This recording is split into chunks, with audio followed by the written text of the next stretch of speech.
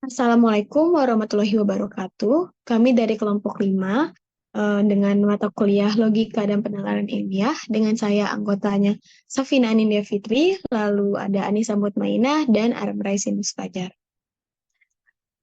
Pada kesempatan kali ini kami akan membahas proposal yang berjudul karakteristik proses pembelajaran keterampilan membaca bahasa Jerman di SMAN 3 Yogyakarta. Yang pertama ini ada latar belakangnya. Pembelajaran bahasa Jerman telah lama diterapkan di Indonesia, khususnya pada jenjang pendidikan menengah. Bahasa Jerman menjadi salah satu mata pelajaran di sekolah-sekolah, terutama yang memiliki kelas bahasa. Penerapan bahasa Jerman di sekolah merupakan sarana pembelajaran bagi peserta didik agar mampu berkomunikasi dengan bahasa Jerman di dunia kerja, sehingga mampu bersaing dalam dunia internasional. Tujuan pembelajaran bahasa Jerman di SMA 3 Yogyakarta ini adalah untuk mensukseskan siswa dalam ujian nasional. Oleh karena itu, proses pembelajaran lebih fokus pada keterampilan membaca, dan keterampilan membaca ini memberikan banyak manfaat bagi siswa seperti memperluas wawasan, memahami dunia lain, dan memberikan kenikmatan dalam berbahasa. Selanjutnya ada rumusan masalah. Yang pertama adalah bagaimana karakteristik proses pembelajaran keterampilan membaca bahasa Jerman di SMA 3 Yogyakarta. Yang kedua ada apa saja hambatan yang muncul dalam pembelajaran keterampilan membaca bahasa Jerman di SMA 3 Yogyakarta. Lalu yang ketiga ada bagaimana upaya yang dilakukan untuk mengatasi hambatan dalam pembelajaran keterampilan membaca bahasa Jerman di SMA 3 Yogyakarta. Selanjutnya akan disampaikan oleh rekan saya, Mut. Baik, untuk tujuan penelitian, yang pertama ada mendeskripsikan karakteristik proses pembelajaran keterampilan membaca bahasa Jerman di SMA N3 Yogyakarta. Yang kedua, yaitu mengidentifikasi hambatan-hambatan yang muncul dalam pembelajaran keterampilan membaca bahasa Jerman di SMA N Yogyakarta.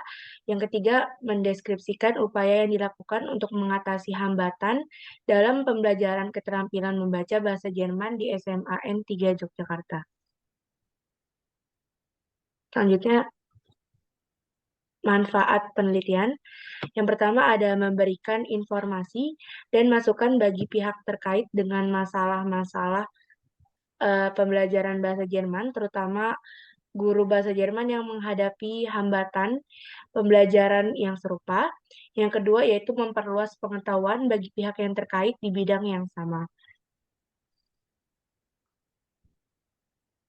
Selanjutnya akan dilanjutkan oleh rekan saya, Amrai Sinus Fajar. Ya, untuk selanjutnya ada hakikat pembelajaran bahasa Jerman sebagai bahasa asing. Uh, Sebelumnya, pembelajaran itu sendiri merupakan proses konstruktif yang melibatkan pengorganisasian informasi dan pengalaman ke dalam struktur kognitif yang ada, menurut Jean Piaget. Lalu ada pengertian lain dari para ahli, yaitu pembelajaran sebagai proses pengembangan kemampuan untuk memecahkan masalah yang timbul dalam interaksi dengan lingkungan. Berdasarkan pendapat para ahli, dapat disimpulkan bahwa pembelajaran adalah proses konstruktif di mana informasi dan pengalaman disusun dan diintegrasikan ke dalam struktur kognitif yang ada.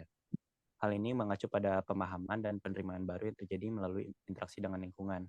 Secara keseluruhan, kedua pengertian yang sudah saya sebutkan tadi menekankan pentingnya interaksi aktif dengan lingkungan dalam proses pembelajaran dan pengembangan kemampuan kognitif dan masalah pemecahan. Yang pertama itu ada struktur bahasa Jerman. Bahasa Jerman ini memiliki struktur tata bahasa yang banyak dan khas, termasuk sistem kasus, tenses, dan penggunaan kata kerja yang kompleks. Pemahaman tentang struktur bahasa Jerman menjadi penting bagi pembelajar untuk mengembangkan kemampuan berbicara, membaca, menulis, dan mendengarkan yang baik. Yang kedua itu ada kosakata dan frasa dalam bahasa Jerman. Pembelajaran bahasa Jerman melibatkan penguasaan kosakata dan frasa-frasa penting dalam bahasa tersebut. Kosakata dan frasa-frasa ini meliputi kata-kata umum, kata-kata khusus, idiom, ungkapan, dan frasa-frasa yang digunakan dalam konteks tertentu. Yang ketiga ini ada aspek budaya dalam pembelajaran bahasa Jerman. Pembelajaran bahasa Jerman juga melibatkan pemahaman aspek budaya yang terkait dengan bahasa Jerman eh, dan negara Jerman. Aspek budaya ini mencakup kebiasaan, norma, nilai-nilai, serta tradisi dan adat istiadat. Contoh, ketika kita berbicara di kantor dan di rumah itu tentunya berbeda. Eh, Lalu, eh, memahami budaya Jerman akan membantu pembelajar dalam menggunakan bahasa dengan tepat dan sensitif secara budaya. Boleh dilanjut? Yang kedua ada teori pembelajaran bahasa asing. Yang pertama itu proses pembelajaran bahasa asing. Pembelajaran bahasa asing ini melibatkan proses kompleks di mana individu memperoleh pengetahuan dan keterampilan dalam menggunakan bahasa yang bukan bahasa ibu mereka. Dan juga teori pembelajaran bahasa asing ini menawarkan pandangan tentang bagaimana pembelajaran bahasa asing terjadi, bagaimana pengetahuan tersebut dan keterampilan bahasa diperoleh, serta faktor-faktor yang mempengaruhi keberhasilan pembelajaran. Lalu yang kedua itu ada pendekatan dan metode pembelajaran bahasa asing, yaitu ada berbagai pendekatan dan metode yang digunakan dalam pembelajaran bahasa asing, termasuk pendekatan komunikatif, pendekatan tata bahasa, dan pendekatan berbasis tugas. Pendekatan komunikatif menekankan pengembangan keterampilan komunikasi yang praktis, sementara pendekatan tata bahasa fokus pada pemahaman struktur tata bahasa. Lalu pendekatan berbasis tugas menekankan pembelajaran bahasa melalui tugas-tugas nyata yang relevan dengan kehidupan sehari-hari.